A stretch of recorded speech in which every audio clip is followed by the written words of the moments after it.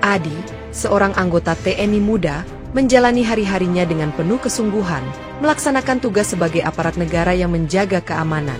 Bayu, seorang polisi yang tampak biasa saja di permukaan, ternyata terlibat dalam praktik pungli yang merajalela di jalanan, tanpa rasa takut. Rangga, seorang intel TNI yang berpengalaman, mengawasi dan memimpin operasi yang diam-diam berjalan untuk menuntaskan kasus ini, namun ia harus berhati-hati dalam setiap langkah. Namun, ketika Adi terhenti oleh Bayu dan dipaksa membayar uang damai, segalanya tidak berjalan seperti yang ia harapkan, mengungkapkan rahasia yang lebih dalam dari yang ia kira. Tak lama kemudian, ketegangan mulai terasa di antara ketiganya, seolah peran mereka sebagai sahabat, atasan, dan bawahan dipertaruhkan dalam sebuah pertarungan diam-diam, yang membawa mereka ke sebuah jalan buntu yang mengerikan. Saya sangat berterima kasih kepada yang sudah subscribe serta yang like video ini. Semoga bahagia di dunia dan masuk surga di akhirat kelak. Saya mengajak Anda semua untuk memutihkan kolom komentar dengan menulis sholawat kepada Nabi kita tercinta. Semoga kita bisa mengambil pelajaran dari kisah ini.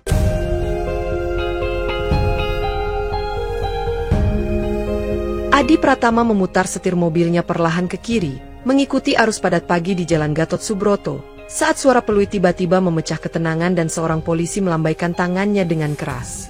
Mesin mobilnya mendengung pelan ketika Adi menepikan kendaraan, dan ia segera menurunkan kaca jendela, mendapati wajah seorang polisi berperawakan gempal dengan wajah datar.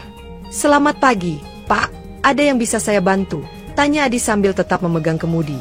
Namun matanya menyapu lencana nama di seragam sang polisi, membaca jelas tulisan, Bayu W. "Pagi, Anda melanggar marka jalan barusan.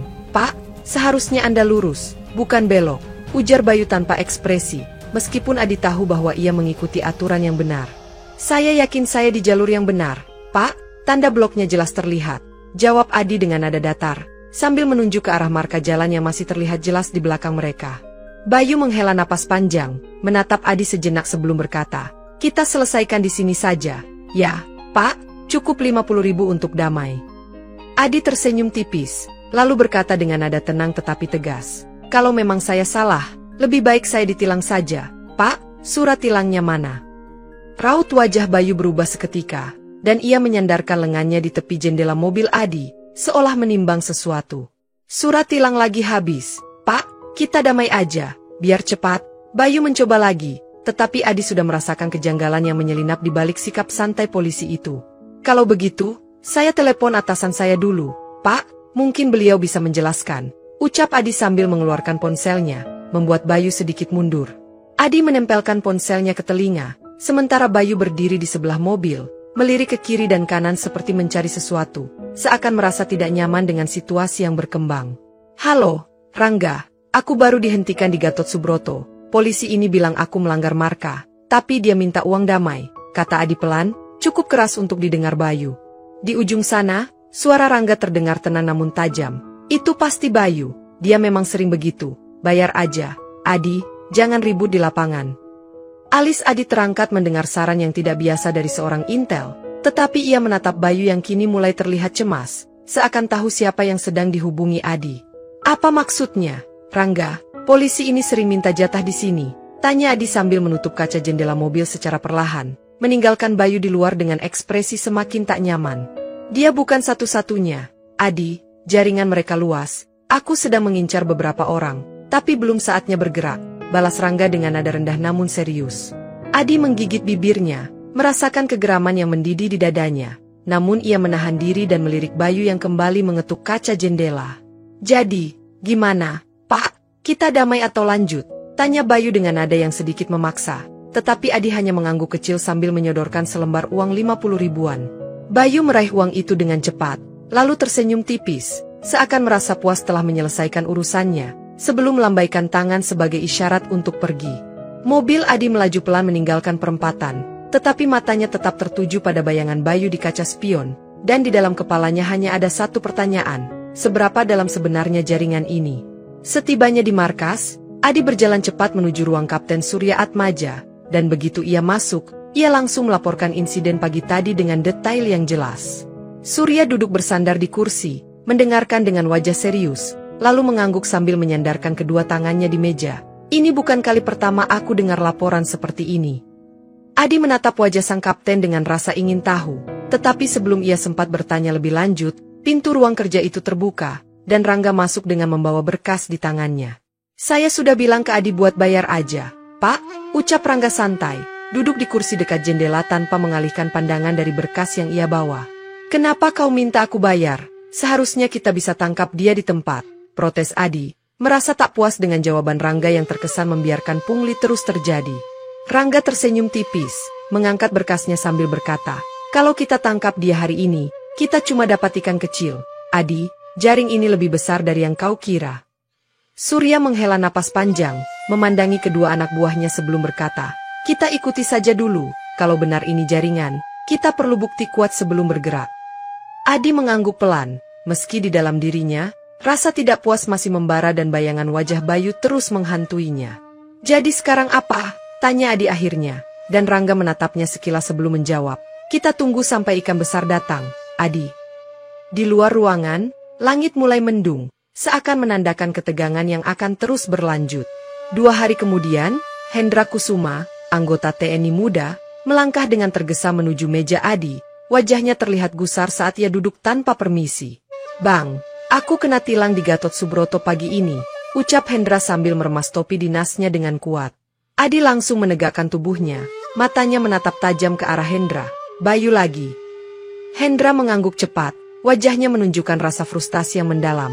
Dia minta 50.000. "Bang, aku bilang aku TNI, tapi dia nggak percaya." Adi menatap Hendra lekat-lekat, mencoba memahami situasi yang semakin berkembang ke arah yang tidak ia sukai. "Kau bayar?" tanya Adi, dan Hendra mengangguk pelan, menatap lantai dengan perasaan malu. "Besok kita pantau perempatan itu," ujar Adi sambil berdiri. Tangannya mengetuk meja dengan ritme lambat. Rangga yang duduk di sudut ruangan hanya tersenyum tipis dan berkata, "Kalian gak akan menemukan apa-apa, kalau cuma lihat dari jauh." Adi menatap Rangga tajam, "Mungkin kami gak cuma lihat." Udara di ruangan terasa berat, seakan mereka semua tahu bahwa ini baru permulaan dari sesuatu yang jauh lebih besar. Pagi itu, Hendra Kusuma melangkah pelan menyusuri trotoar Gatot Subroto, sesekali melirik ke sekeliling, sebelum akhirnya suara peluit nyaring memanggilnya ke tepi jalan. Bayu berdiri dengan santai di bawah pohon rindang, melambai seperti sudah mengenal Hendra sebelumnya, meskipun ini pertemuan pertama mereka. "Mau kemana, Dik? Surat-suratnya mana?" tanya Bayu. Sementara Hendra menyerahkan SIM dan STNK yang ia siapkan sejak berangkat dari rumah. Bayu menggeleng pelan sambil tersenyum tipis. "Surat begini nggak cukup, Dik, kita damai aja, 50.000. "Saya TNI, Pak, lagi cuti," jawab Hendra dengan nada serius. Tetapi Bayu hanya terkekeh tanpa rasa hormat. "Mana kartu anggota TNI-nya? Kalau nggak ada, tetap bayar," ucap Bayu, merentangkan telapak tangannya di depan Hendra tanpa ragu. Dengan enggan, Hendra merogoh saku dan menyerahkan uang, meskipun matanya menatap tajam ke arah Bayu yang kembali beranjak ke perempatan. Setelah insiden itu, Hendra langsung melaporkan kejadian tersebut kepada Adi di markas. Wajahnya dipenuhi amarah yang tertahan. Adi mendengarkan dengan saksama, lalu mengepalkan tangannya di atas meja. "Ini bukan kebetulan, Hen, dia sudah terlalu sering lakukan ini." "Jadi, kita diam aja, Bang?" tanya Hendra dengan nada bergetar. Tetapi Adi hanya tersenyum tipis. "Tidak, kita lihat sampai sejauh mana dia berani." Adi dan Hendra duduk di dalam mobil dinas yang terparkir di seberang perempatan Gatot Subroto. Pandangan mereka tertuju pada pos polisi tempat Bayu berdiri dengan tangan di pinggang. Dari kejauhan, mereka melihat Bayu menghentikan seorang pengendara motor tua, berbicara sebentar, dan akhirnya menerima uang dengan cepat sebelum melepasnya pergi. "Lihat sendiri, Hen, dia bukan cuma cari kita, tapi siapa saja yang bisa jadi mangsa," ujar Adi sambil menyilangkan tangan di dada. Hendra mengangguk, matanya masih terpaku pada Bayu yang kembali menghentikan mobil lain hanya beberapa menit setelahnya. Tanpa ragu, Adi mengambil ponselnya dan menghubungi Rangga, tetapi suara di seberang terdengar datar. "Jangan gegabah, Di, biar aku urus." "Rangga, ini bukan cuma aku, Hendra juga kena. Kita harus bertindak sekarang," desak Adi dengan nada tajam, tetapi Rangga tetap tenang. "Bayu itu cuma bagian kecil, kalau kita buru-buru, yang besar akan lolos," Rangga memperingatkan, membuat Adi terdiam sesaat. Hendra yang duduk di sampingnya memandang dengan cemas. "Kalau kita diam, dia bakal terus begitu, Bang." "Aku tahu," gumam Adi, mengusap wajahnya, sementara Bayu terlihat tertawa bersama seorang rekan polisi di seberang jalan. Sabar, Hen, kita cari celah yang lebih besar, ucap Adi akhirnya, meskipun hatinya gelisah melihat Bayu tetap beraksi dengan santai. Di dalam ruang kerjanya, Adi berjalan mondar-mandir sambil mendengarkan laporan Hendra mengenai pengaduan lain yang diterima dari warga sekitar Gatot Subroto. Ada yang ngeluh juga, Bang, pedagang asongan sering kena peras di situ, kata Hendra yang duduk di kursi dengan wajah resah. Adi berhenti di depan jendela, memandangi jalanan yang mulai padat. Bayu nggak mungkin sendiri, ini pasti lebih besar.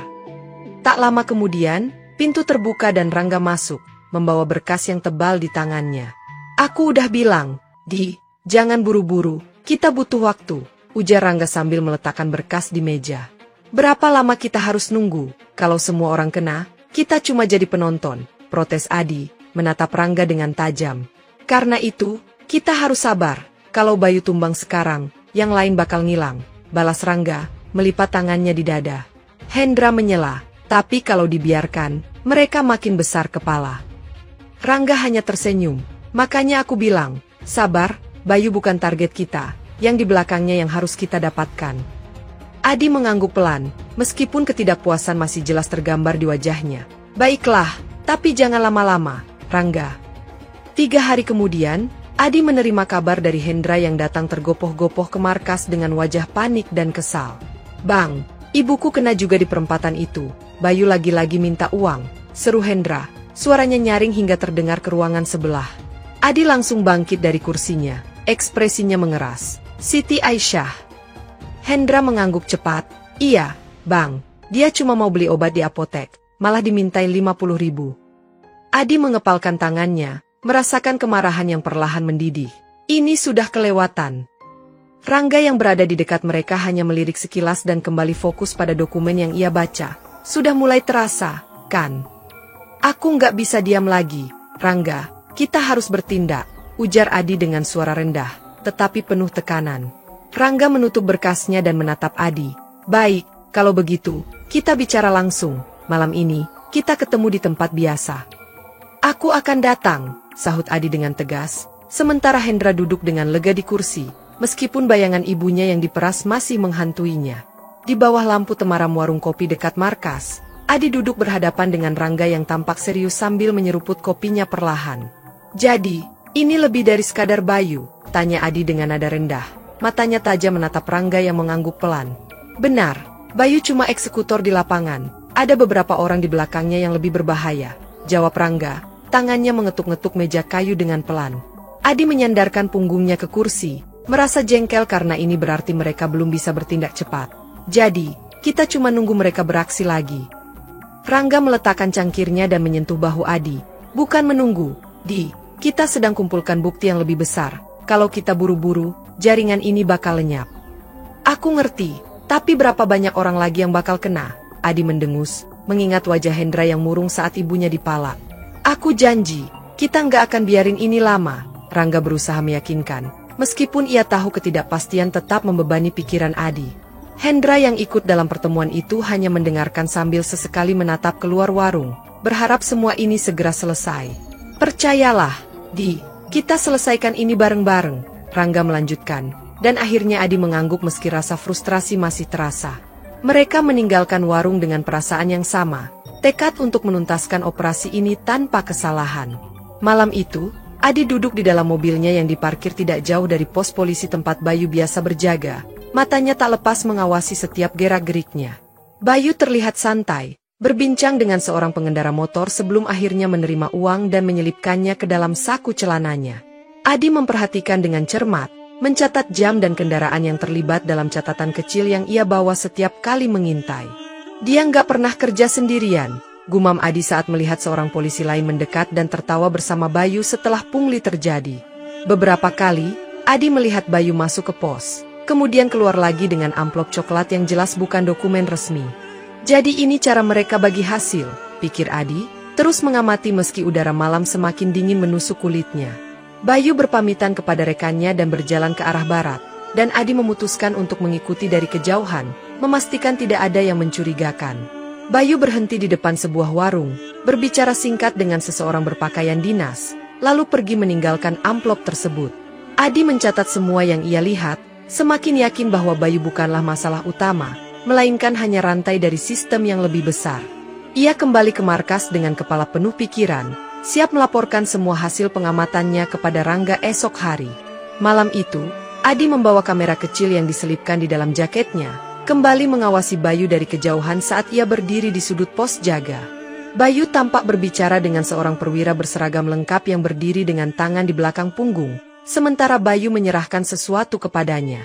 Adi menyalakan kamera dengan cepat, memotret dari dalam mobil, memastikan wajah dan tindakan Bayu terekam dengan jelas.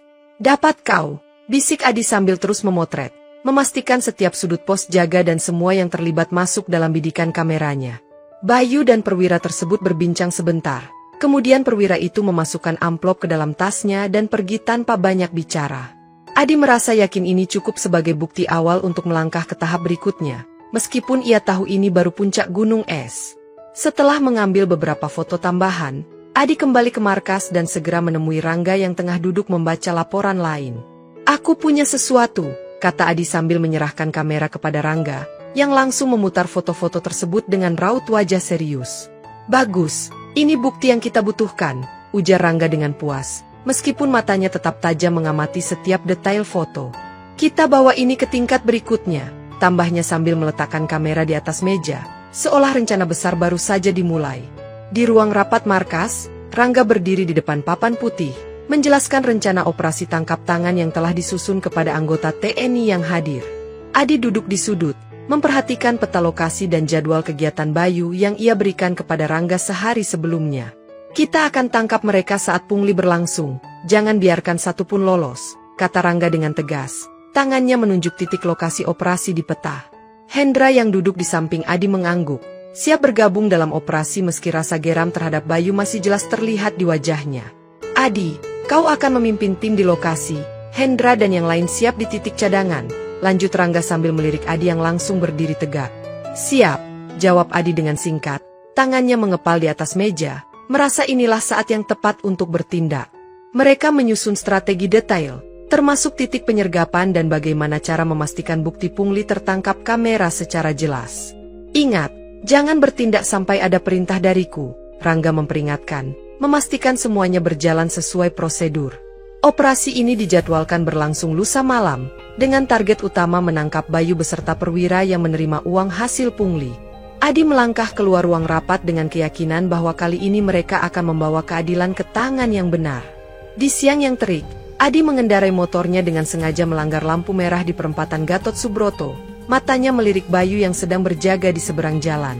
Seperti yang diprediksi, Bayu melambaikan tangan dan menghentikan Adi, wajahnya menunjukkan ekspresi puas karena merasa telah mendapatkan mangsa baru. "Selamat siang, Mas, nggak lihat lampu merah ya?" sapa Bayu dengan nada ramah, tetapi tangannya sudah siap menyambut sesuatu selain surat tilang. Adi tersenyum kecil sambil membuka helmnya. "Iya, Pak. Maaf, buru-buru tadi," suaranya terdengar santai meski jantungnya berdegup kencang. Bayu menghela napas pura-pura jengkel. "Aduh, ini sih kena tilang, Mas, tapi kalau mau lebih gampang, bisa kita atur." Adi berpura-pura ragu, mengulur waktu sambil berpura-pura membuka dompet dan mencari uang receh. Tangannya diam-diam menyalakan rekaman di ponsel yang tersembunyi di saku jaketnya. "Berapa, Pak? Kalau bisa jangan banyak-banyak lah," kata Adi, melirik ke arah lain, memastikan tim Rangga sudah bersiap di seberang jalan. Bayu menyeringai dan menyebut angka 50.000. Tangannya terulur santai seperti biasa, tanpa menyadari jebakan sedang berjalan. Adi berpura-pura berdebat, memperlambat proses dengan alasan tidak membawa uang pas, membuat Bayu lengah dalam percakapan yang terus direkam. Dari sudut matanya, Adi melihat Rangga mulai melangkah ke arah mereka, memberi kode bahwa operasi tangkap tangan siap dimulai. Saat Bayu semakin mendesak Adi untuk segera menyerahkan uang, Rangga tiba-tiba muncul dari belakang, diikuti oleh dua anggota TNI lainnya yang langsung mengepung Bayu. "Bayu, hentikan," perintah Rangga tegas, membuat Bayu terkejut dan refleks melepaskan tangannya dari helm Adi. "Loh, ada apa ini? Saya cuma..." Bayu berusaha berkilah, tetapi Adi menyela. Dia minta uang damai, Pak, dan semua terekam. Rangga mengangkat ponsel Adi, memperdengarkan suara Bayu yang jelas meminta uang, membuat Bayu semakin terpojok. "Kita bicara nanti di markas," kata Rangga dingin, sementara Bayu mencoba berdalih bahwa ini hanya kesalahpahaman kecil. "Rangga, aku bisa jelasin, kita bisa atur ini," bisik Bayu sambil mendekat, tetapi Rangga menepisnya dengan ekspresi keras. Sudah cukup, Bayu. Kamu ditangkap atas dugaan pungli dan pelanggaran kode etik, ujar Rangga sambil memberi isyarat untuk memborgol Bayu. Salah satu anggota TNI mengunci tangan Bayu di belakang, sementara Bayu menatap Adi dengan penuh kebencian, merasa dijebak oleh orang yang dikenalnya. Bayu dibawa ke kendaraan yang sudah menunggu, dan Adi ikut serta, memastikan bahwa semua berjalan sesuai prosedur. Di dalam mobil, Bayu terdiam, menyadari bahwa permainan yang ia jalankan selama ini akhirnya berakhir. Di ruang interogasi yang remang, Bayu duduk dengan tangan terborgol di atas meja, keringat mengalir di pelipisnya meski ruangan ber-AC. Rangga duduk di seberangnya, menatap Bayu tanpa ekspresi, sementara Adi berdiri di sudut ruangan, mengawasi setiap gerak-gerik. Bayu, aku kasih satu kesempatan, kalau kamu mau kerja sama, kita bisa atur prosesnya lebih ringan. Rangga membuka pembicaraan, tetapi Bayu hanya diam. Kamu tahu ini nggak bakal berakhir di kamu saja. Siapa lagi yang terlibat? Desak Rangga, suaranya terdengar tenang tapi menekan. Bayu akhirnya menghela napas panjang. Aku cuma bagian kecil. Rangga, ada orang-orang di atas yang lebih besar dari aku. Rangga saling pandang dengan Adi, menyadari bahwa informasi ini adalah pintu masuk ke jaringan yang lebih luas. Siapa nama mereka? Tanya Adi langsung, membuat Bayu menatapnya dengan pandangan kesal, seolah enggan mengakui kekalahannya di hadapan Adi. Ada Kompol Haris, Ibda Arif, dan aku nggak bisa sebut semuanya, tapi mereka semua terlibat, kata Bayu, suaranya pelan namun jelas. Rangga mencatat semua nama yang disebut, menyadari bahwa daftar ini lebih panjang dari yang mereka duga sebelumnya. Bagus, kalau begitu, kita lanjutkan sampai jaringan ini bersih. Rangga menutup buku catatannya dan keluar ruangan dengan langkah mantap. Di kantor Propam, Kapten Surya membaca daftar nama yang diserahkan Rangga dengan ekspresi kaget dan serius. Tangannya mengetuk meja berulang kali. Aku nggak nyangka sebanyak ini. Rangga, ini bukan lagi masalah kecil, ucap Surya, menatap tajam ke arah Rangga yang berdiri tegap di hadapannya. Benar, Pak, dan kami yakin ini baru sebagian. Kalau kita berhenti di sini, sisanya bakal hilang, jawab Rangga dengan tenang. Kapten Surya terdiam sejenak, lalu berdiri dan menghadap jendela, melihat ke arah pos polisi di kejauhan. Lanjutkan, kita bersihkan semuanya sampai ke akar. Adi yang berdiri di belakang Rangga tersenyum tipis, merasa bahwa mereka akhirnya mendapatkan dukungan penuh untuk operasi ini. Target berikutnya, tanya Surya, masih menatap keluar jendela. Pos jaga di Jalan Sudirman dan pos di perempatan Cempaka Putih. Kami sudah mengamati aktivitas mereka, jawab Rangga sambil menyerahkan foto-foto hasil pengintaian. Lakukan dengan hati-hati, jangan sampai ada yang bocor, perintah Surya sebelum duduk kembali di kursinya. Adi dan Rangga meninggalkan ruangan dengan semangat baru, siap melanjutkan operasi yang lebih besar untuk membersihkan nama institusi mereka. Malam itu, mereka kembali menyusun rencana baru, memastikan bahwa langkah berikutnya berjalan tanpa celah.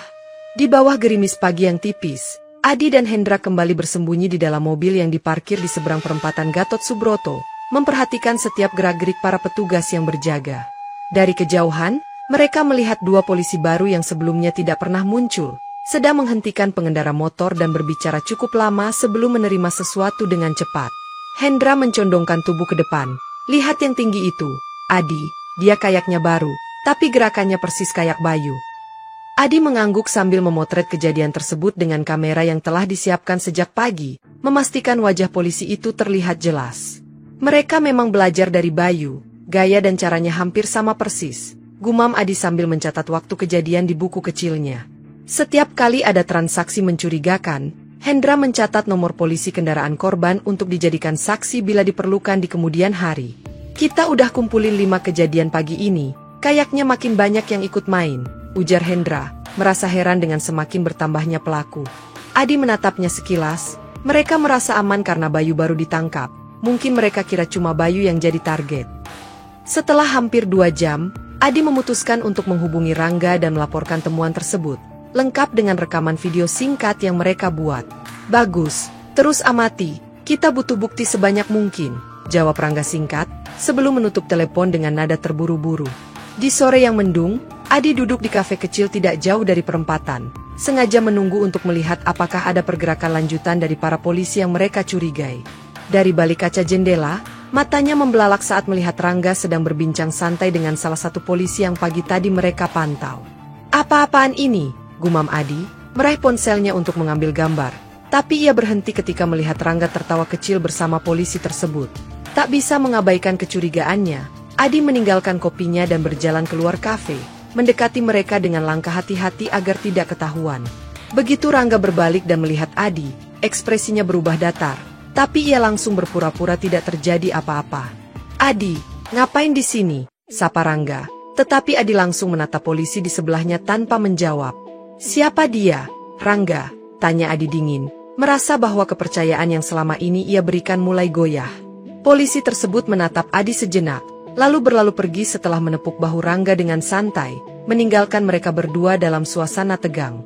"Jelaskan, Rangga, aku butuh tahu apa yang sebenarnya terjadi," desak Adi, tidak bisa menyembunyikan rasa kecewa yang mulai muncul di wajahnya. Rangga menghela napas panjang. "Ayo ikut aku, Adi, aku akan jelaskan semuanya, tapi nggak di sini." Di dalam mobil yang melaju pelan, Adi menatap lurus ke depan sementara Rangga membuka pembicaraan dengan suara rendah. "Aku pura-pura ikut bermain untuk masuk ke dalam jaringan mereka." Adi memutar kepala, "Kenapa nggak bilang sebelumnya? Ini bisa berbahaya kalau ada yang salah paham. Kalau aku kasih tahu terlalu cepat, bisa-bisa mereka curiga. Aku harus dapatkan kepercayaan mereka dulu," jelas Rangga dengan nada tenang, meski matanya menunjukkan sedikit rasa bersalah. Adi mengangguk kecil, meskipun hatinya belum sepenuhnya menerima penjelasan tersebut. "Oke, tapi kalau ada yang berubah, aku harus tahu."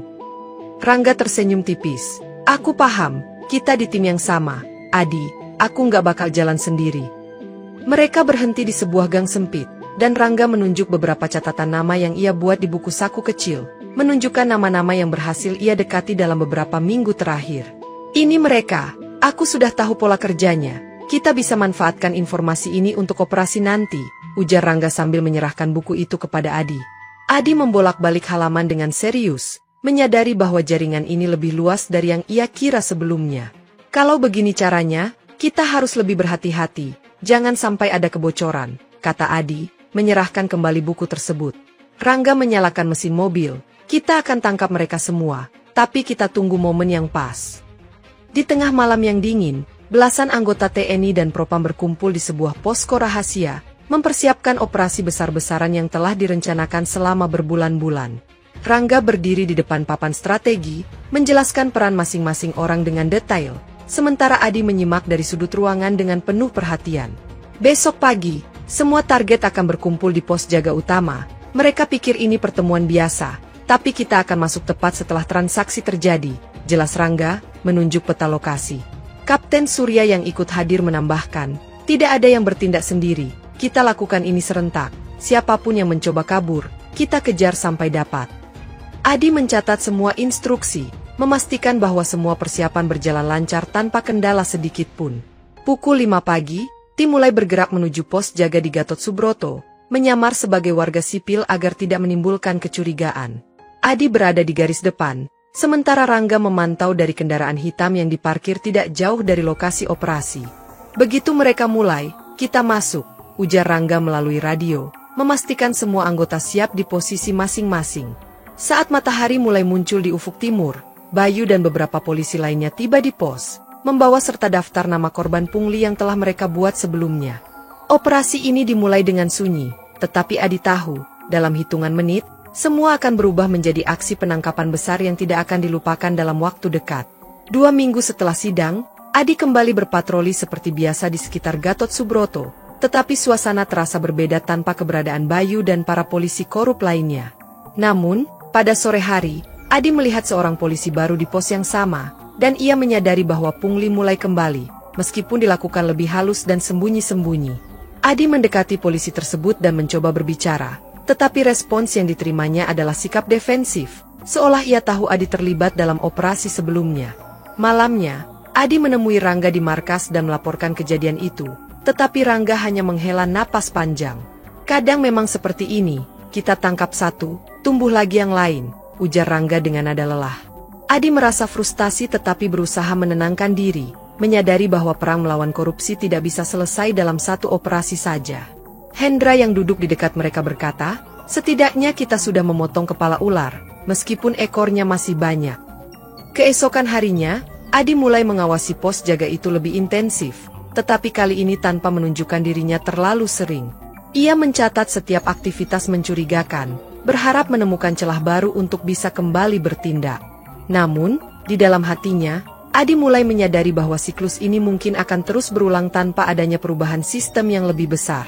Suatu pagi, saat Adi sedang dalam perjalanan menuju markas, ia menerima laporan bahwa salah satu polisi yang sebelumnya terlibat pungli telah kembali bertugas di daerah lain dengan jabatan baru. Adi merasa kecewa dan langsung menemui Kapten Surya untuk memastikan kabar tersebut.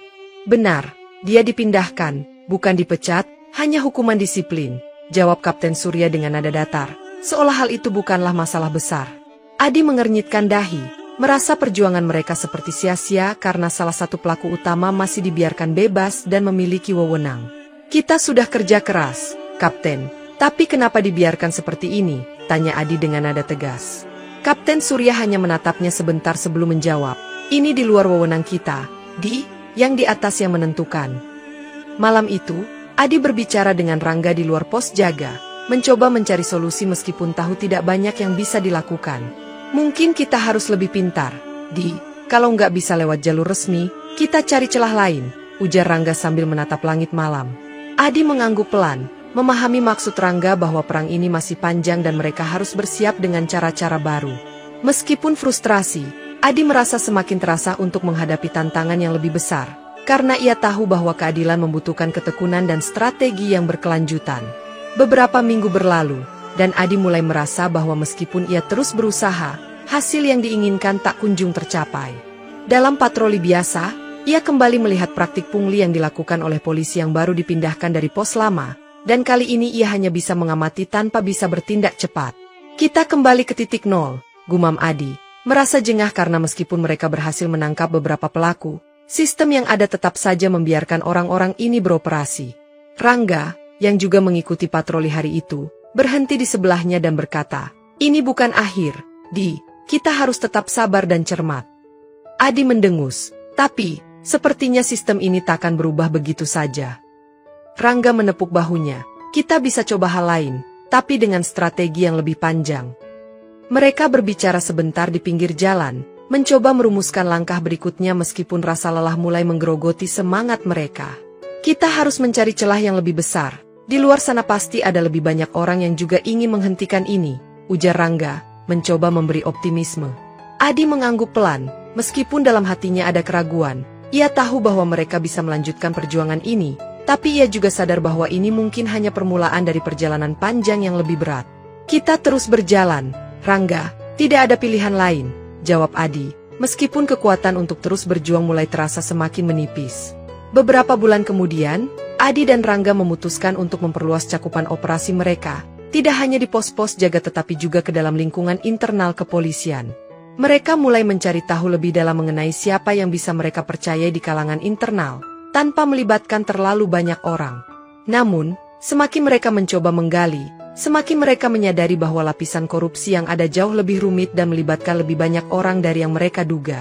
Sepertinya ini sudah menjadi budaya di tubuh kepolisian, kata Rangga sambil mengerutkan kening saat memeriksa dokumen-dokumen terkait. Adi menghela napas panjang. Kadang saya merasa kita seperti sedang membongkar sebuah sistem yang sudah berakar begitu dalam. Sementara itu, Hendra kembali memberi laporan mengenai praktik pungli yang masih berlangsung, meskipun sudah ada beberapa perubahan setelah operasi besar mereka. Ternyata kita harus menghadapi lebih dari sekadar polisi yang jelas-jelas melanggar hukum, kata Adi, merasakan beratnya tugas yang ada di depan mereka. Mereka kemudian sepakat untuk mencari lebih banyak petunjuk dan lebih banyak pihak yang bisa membantu, berharap mendapatkan jalan keluar dari lingkaran setan ini. Adi tidak pernah berpikir bahwa keadilan akan datang begitu mudah, dan ia kini menyadari bahwa proses ini akan jauh lebih panjang dan penuh rintangan. Namun, ia juga tahu bahwa satu-satunya pilihan adalah terus bergerak maju, meskipun langkahnya semakin berat. Di luar tugas mereka, Adi dan Rangga merasa kelelahan mulai mempengaruhi kehidupan pribadi mereka. Rangga lebih jarang pulang ke rumah, sementara Adi merasa terasing dari keluarga dan teman-temannya karena terlalu fokus pada pekerjaan. Kadang saya merasa terperangkap dalam pekerjaan ini, ujar Rangga pada suatu malam, sambil menatap layar ponselnya yang menampilkan informasi tentang kasus pungli baru. Saya juga merasa seperti itu, jawab Adi, melemparkan pandangannya keluar jendela yang gelap. Tapi kita nggak bisa berhenti, Jika kita berhenti, mereka akan menang, kata Rangga, mencoba menenangkan Adi yang tampak semakin letih. Adi tersenyum tipis. Meskipun lelah, ia tahu bahwa mereka tidak punya pilihan selain terus berjuang. Ya, tapi kita harus temukan cara untuk bertahan lebih lama. Kita nggak bisa terus seperti ini, jawab Adi, menyadari bahwa keadilan juga membutuhkan perawatan terhadap diri sendiri. Mereka melanjutkan malam itu dengan perencanaan baru, kali ini lebih bijak dan dengan pertimbangan yang lebih matang tentang bagaimana cara mereka bertahan dalam operasi jangka panjang. Dalam perjalanan menuju markas, Adi merasa ada sedikit harapan kembali menyelimuti pikirannya, walaupun belum tahu bagaimana ujung dari jalan ini. Kita akan cari cara, Rangga, kita akan terus berusaha, ujarnya dengan tekad yang mulai kembali terbentuk.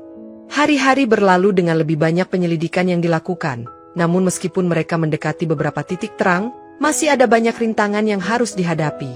Rangga akhirnya menemui Adi dan berkata, "Saya tahu kita sudah lelah, tapi ada informasi baru yang harus kita kejar. Mungkin ini jalan keluar kita." Adi menatap Rangga dengan tatapan serius. "Apa yang baru?" Rangga menjelaskan bahwa mereka telah menemukan bukti baru yang mengarah pada pihak yang lebih tinggi dalam kepolisian, yang mungkin selama ini menjadi pelindung bagi para pelaku pungli. "Kita sudah mendekati inti dari masalah ini, Di. Tapi kita harus hati-hati, jika kita salah langkah, semuanya bisa berantakan," kata Rangga, memperingatkan Adi akan potensi bahaya yang mengancam. Adi merasa ragu. Tetapi setelah mendengar penjelasan Rangga, ia menyadari bahwa inilah kesempatan mereka untuk menuntaskan semuanya. "Kita lakukan, Rangga, sekarang atau tidak sama sekali," jawab Adi dengan suara tegas, meskipun ia tahu risiko yang akan mereka hadapi sangat besar. Mereka berdua menyusun strategi baru dengan hati-hati, dan merencanakan setiap langkah mereka dengan penuh pertimbangan. Meskipun rintangan semakin berat, Adi merasa bahwa kali ini mereka berada di jalur yang benar, dan bahwa operasi ini akhirnya akan membuahkan hasil. Tapi di sisi lain, ada ketegangan yang semakin memuncak, seolah-olah mereka sedang berjalan di atas tali yang sangat tipis. Saat Adi dan Rangga bersiap untuk melancarkan operasi terakhir, mereka menerima kabar yang mengejutkan bahwa informasi yang mereka terima ternyata berasal dari sumber yang tidak bisa dipercaya. "Kita hampir terjebak dalam permainan yang lebih besar, Rangga. Semua yang kita kerjakan bisa jadi salah arah," ujar Adi, merasa cemas. Rangga mencoba menenangkan situasi. "Kita akan selesaikan ini, Di. Jangan biarkan diri kita terpengaruh oleh kabar yang belum tentu benar." Namun, rasa curiga mulai menggerogoti pikiran mereka, dan mereka menyadari bahwa mereka mungkin telah dipermainkan oleh seseorang dalam jaringan yang lebih besar. "Jika ini jebakan, kita harus berhati-hati, tapi kita tak bisa mundur," kata Rangga dengan tekad yang semakin kuat. Mereka memutuskan untuk tetap melanjutkan, namun kali ini dengan lebih hati-hati, memastikan setiap langkah mereka diperhitungkan dengan matang. Dalam kesunyian malam itu, Adi merasa semakin yakin bahwa tidak ada yang bisa menghentikan mereka, bahkan jika semua ini adalah bagian dari permainan yang lebih besar. "Tidak ada yang bisa mengalahkan kita, Rangga," ujarnya dengan keyakinan baru, meskipun tekanan dan rasa takut terus mengintai di dalam hati. Saat mereka berjalan menuju misi terakhir mereka, Adi merasakan ketegangan semakin meningkat, seperti sebuah ujian terakhir yang menentukan. "Kita akan menang, Di. Percayalah," kata Rangga, dan dengan tekad yang bulat, mereka melangkah maju menuju akhir dari perjalanan panjang ini. Operasi terakhir berlangsung dengan lancar.